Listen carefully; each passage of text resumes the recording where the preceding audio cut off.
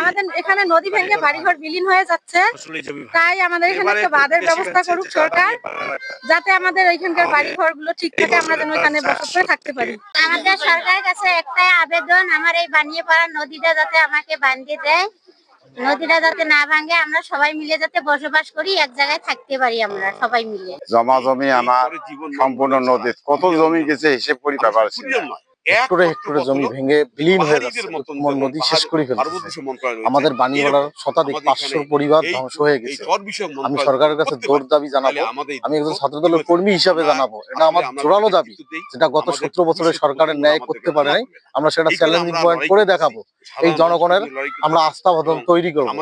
তথাপি আমি কুড়িগ্রামের একজন ভালো মানুষকে যারা সরকার নমিনেশন দিবে, তাদের মাধ্যমে আমরা কাজবাজ করব, তারা আমাদের নদী খনন করবে এবং শাসন করবে। আমরা নদী বাঁধতে চাই। যাত্রাপুরের বানিয়েপাড়ায় আমরা এখন দাঁড়িয়ে আছি। এর পাশ দিয়েই দুধকুমুর নদী আপনারা দেখছেন।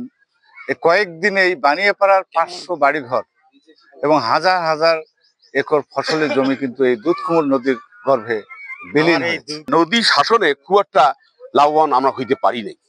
যদি আমরা নদী খনন বা ড্রেজিং এর মাধ্যমে যদি আমরা এই দুধকুমুর নদী থেকে শুরু করে আমাদের কুড়িগ্রাম জেলায় যে 16টি নদ নদী রয়েছে, এই 16টি নদ নদী আমরা ড্রেজিং যদি সবসময় আমি রাখতে পারি, তাহলে আমার মনে হয় নদী ভাঙন আর কোনোদিন হবে না। আপনারা জানেন যে আমাদের কুড়িগ্রামের যে নদী, আমাদের শহরের পাশে যে নদীটি রয়েছে কুড়িগ্রাম ধরলা নদী, সেই ধরলা নদীর মধ্যে কাজ চলছে 263 কোটি টাকার কাজে এবং খনন চলছে। এই যে এখন আপনারা দেখেন ইতিমধ্যে কোনো ভাঙন হয়নি। ধরলায় অনেক বসত বাড়ি ছিল, অন্তত 500 লোকের বাড়ি ছিল, এই বাড়িগুলো নদীতে ভেঙে যায়। প্রতি বছরের ন্যায় এবারও নদী ভাঙন, এই গ্রাম থেকে প্রায় 400-র অধিক পরিবার নদীগর্ভে বিলীন হয়ে বিভিন্ন স্থানে কোন রকম কুঁড়ে ঘর নির্মাণে মানবতর জীবন যাপন করছে।